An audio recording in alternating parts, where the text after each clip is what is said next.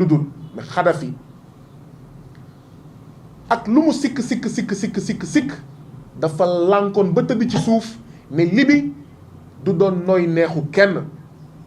alalu Libye pour askanu Libye waaye alalu Libye du pour États-Unis du pour Angleterre du pour France du pour keneen. alalu Libye pour Libye la. Kadhafi sax amoon projet pour ne alalu Libye da koy mettre au service de askanu Afrique pour Afrique moom boppam ci fànn yu bëri. donc bu ñu bombardé wuloon Libye du am ay terroristes yu dem fu nekk ba ñu naan Bénin 54 soldats ma koy jaale askanu Bénin rey nañ leen waaw. donc ñoom ñoo jur Samba Boy yi ñuy woowee mais terroriste ñu armé leen ba pare di non seulement ñu jur leen ñu leen di manipuler réew bu bëgg moom boppam ñu ne acca dem leen def ay attaque terroriste Mali dem leen def ay attaque terroriste Niger dem leen def ay attaque terroriste Burkina comme ça waa Burkina ne waaw France kaay jàppale ñu ndaxte ñun mënuñu dara ci terroriste yi ba ci journal bi nga xam ne yàggul torop da ngay dégg ay nit yu naan waaw terroriste yaa ngi buntu Ndakaaru buntu Sénégal loolu pour lan pour jéem a tiital pour jéem a xëbal pour ne waaw comme ñun wax ngeen ñun armée française ñu jóge Sénégal jóge Ndakaaru mais terroriste mu ngi ñëw loolu chantage la. donc chantage boobu action yooyu askanu Burkina mu ngi koy dund ay at a ngi donc ma ñëw pour ñaawlu façon yooyu. États-Unis bu bëggee am xaalis na ko am ci yoon bu rafet waaye pas di noot ay askan ba askan yi bëgg moom seen bopp. France bu bëggee am xaalis bu bëggee am alal na ko ut ci yoon bu rafet mais pas di noot Burkina Faso Niger Sénégal Côte d'Ivoire Bénin Togo ak ñoom seen. donc maa ngi ñaawlu li ñu teg ci kaw Burkina Faso ak askanu Burkina Faso di jëfandikoo ay terroristes pour néewal leen doole pour tiital leen. ngir ñu mën a des ñi gën a mën a des gën a yàgg ci buumu jaam bu ñuy woowee nooteel ci buumu jaam bu ñuy woowee impérial. président Ibrahima Traoré ne ko man de Guy Marius Sagna bokkuma si ñi nga xam ne dañuy naan waaw Burkina Faso dañ fa ñuy mel ni ay seku yoo xam ne Macron moo leen di waxloo ay seku yoo xam ne ñeneen ak ñeneen ci tubaab yi lii di jéem a wëyal bu mu jàmm bi ñoo leen di waxloo man Guy Marius Sagna bokkuma ci seku yooyu ndaxte seku yooyu ñi leen di waxloo ay Macron ak ñoom seen bokk ci ñoom appelé woon mais Pinochet bi coup d'état Salvador Allende ci Chili boobu kenn ñaawluwul coup d'état boobu kenn ñaawluwul putsch militaire boobu kenn ñaawluwul junte dañoo dooleel junte ndaxte dañoo ne Salvador Allende bu nekkee président Chili dafa nar a ne le Chili aux Chiliens dafa nar a ne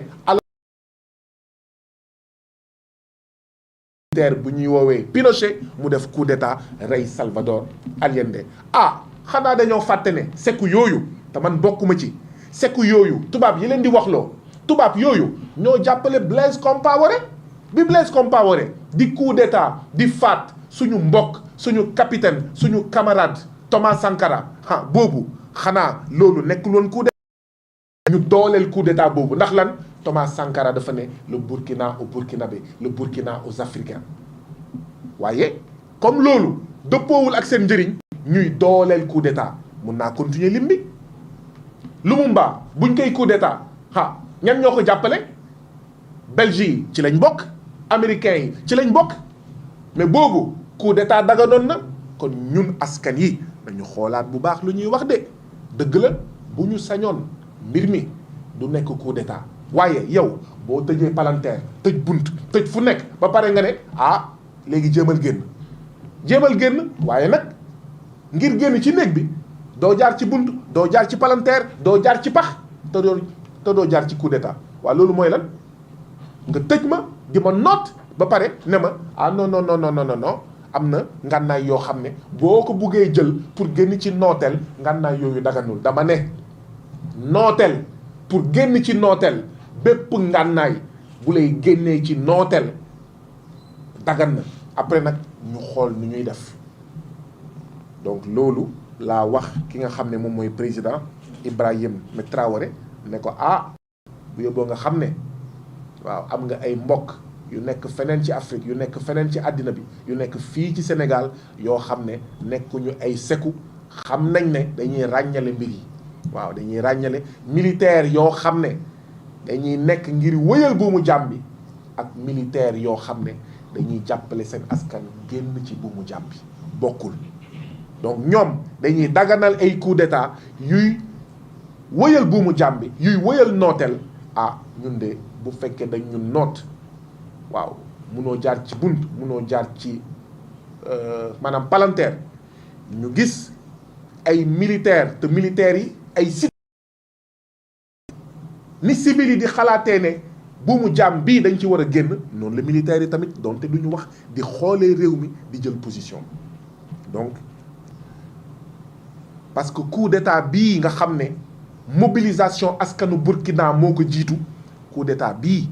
bokkul ak ñoom coup d'état bu leen arrangé kon bu fekkee am na coup d'état bu arrangé wul France bu arrangé wul ñi ñuy noot kon ñun askan wi ñun citoyens yi war nañ seetaat bu baax a baax coup d'état yi mënuñu rek ni ñëw ne coup d'état yëpp la ñuy dax ndaxte lii Sénégal nekkul feneen de lii am Mali du lii am Burkina lii am Côte d'Ivoire du lii am mais Congo wala Kenya donc ma yokk ci ne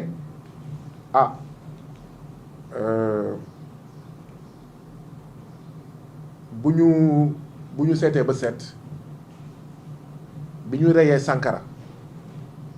Thomas Sankara njiitu Burkina Faso ba yàggul trop bu ñu xoolee ba xool Burkina mu ngi nekkoon ci coup d'état mu ngi nekkoon ci coup d'état ndaxte luy coup d'état mën na nekk coup d'état militaire d'ailleurs moo rey Thomas Sankara waaye at yi nga xam ne Blaise Compaoré def na ko ci bopp Burkina ay coup d'état la woon ay coup d'état constitutionnel au quotidien coup d'état économique coup d'état social coup d'état sur coup d'état donc coup d'état mooy saytu réew ci anam boo xam ne dafa safaanoo ak njëriñu ñu ëpp ci réew mi dafa safaanoo ak gis-gisu ñu ëpp ci réew mi ñëpp xam nañ ne askanu Burkina musul bëgg Blaise Compaoré moom moo forcé boppam askanu Burkina donc loolu coup d'état la woon coup d'état boobu nag jeex na tey alhamdulillah ma yokk ci ne monsieur le président Ibrahim Traoré maa ngi tëj sama lettre di la ñaanal yow ak askanu Burkina Faso mais xare bi nga xam ne moom ngeen door foofu ca Burkina Faso ngir moom seen bopp suñu ndey suñu baay ak suñu maam yi nekkoon PA yi fii ci Sénégal ñoo doon wax moom sa réew tey waa Burkina dañu ne moom sa réew moom sa Burkina Faso donc ma wax président Ibrahim Traoré ne ko yow président Ibrahim Traoré ak askanu Burkina Faso maa ngi leen di ñaanal seen xare bii ngir moom seen réew ngir ngeen di saytu Burkina Faso ci anam boo xam ne dafa dëppook njëriñu Burkina Faso et non njëriñu France et non njëriñu Angleterre wala ku mu munti doon ci àddina bi maa ngi leen di ñaanal mais xare bii ngeen am si ndam ndaxte seen ndam mooy doon suñu ndam ñun Sénégal seen ndam mooy doon ndamu Niger Mali seen ndam mooy doon ndamu Burkina Faso mooy doon ndamu Afrique ak ndamu askan yi nekk ci àddina bi yëpp donc maa ngi ñaanal di ñaax askanu Burkina Faso ngir mu am ndam lii laa wax ci bataaxal bi ma si jéggalu ci xëy na jafe-jafe xëy na bi ma am pour faram-fàcce ko bu baax waaye lii laa wax ci voilà et peut-être qu'il y a des éléments que j'ai pu dire en wolof que je n'ai pas dit en français parce que les Africaines sont plus exquises que les langues des puissances coloniales. C'est pour ça que certainement j'ai été motivé à dire davantage de choses, plus de choses, mieux de choses en wolof qu'en français. Mais bon, il me souvient déjà un point que peut-être je n'ai pas beaucoup développé en français, j'ai dit, qui a dégagé Salvador Allende, démocratiquement élu par le peuple chilien. Un coup d'État dirigé par Pinochet et qui était soutenu par les Occidentaux. Le président du Chili, démocratiquement élu, voulait gouverner le Chili en mode le Chili aux Chiliens et pas les ressources du Chili pour l'impérialisme, pour les Allende démocratiquement élus. Mais quand Blaise Compaoré a assassiné le camarade, frère et capitaine Thomas Sankara, donc aujourd'hui, quand ces mêmes impérialistes dénoncent un coup d'État militaire au Burkina, ça veut dire alors que nous sommes interpellés et que nous ne pouvons pas, en tant que citoyens, dire que nous rejetons systématiquement tous les coups d'État. Oui, je le dis et je l'assume clairement. Quand dans un pays, on ferme portes, fenêtres, trous et met toutes les fenêtres, et que ce peuple, une fraction de ce peuple, dit « Ok, pour m'en sortir, je passe par la voie d'un coup d'État militaire, mais toutes les portes, vous êtes qui pour dire au peuple burkinabé, voilà les voies acceptables et les voies inacceptables pour sortir du chômage, pour sortir de l'immigration irrégulière, pour sortir de la pauvreté, pour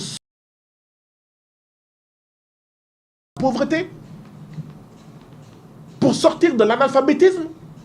pour sortir de la maladie, pour sortir du terrorisme. Vous êtes qui? Quand, comment il s'appelle, Mobutu faisait un coup d'État contre Lumumba, il était soutenu par les Occidentaux, la Belgique, les États-Unis, pour que le coup d'État contre Lumumba soit effectué, afin qu'il soit terminé, avant de tenter de faire semblant de faire quelque chose. Frantz Fanon, d'ailleurs, à l'époque, avait écrit un texte pour magnifier le courage de Lumumba. Donc, des coups d'État, en Afrique et ailleurs en Afrique, ont été régulièrement soutenus. Mais, en Afrique centrale, n'y a-t-il pas un coup d'État qui a été béni? Un ou des coups d'État même, qui ont été bénis. Mais quand l'impérialisme bénit des coups d'État et critique d'autres coups d'État militaires, ça nous appelle à bien avoir un esprit de discernement. Et un coup d'État militaire qui n'arrange pas l'impérialisme, point besoin de sortir de la Sorbonne ou de Harvard pour savoir que ce coup d'État militaire-là est conforme aux intérêts du peuple. Maintenant, oui, chaque pays avec son expérience. Le Sénégal a une expérience où la mobilisation populaire a pu déboucher dans les urnes au rejet d'un pouvoir suppôt, valé, laqué de l'impérialisme. Mais dans un autre pays, c'est une autre expérience, c'est une autre réalité. Qu'est-ce qu'il fallait faire? Laisser ceux qui sont là, continuer d'assassiner les manifestants, continuer de tirer sur les citoyens,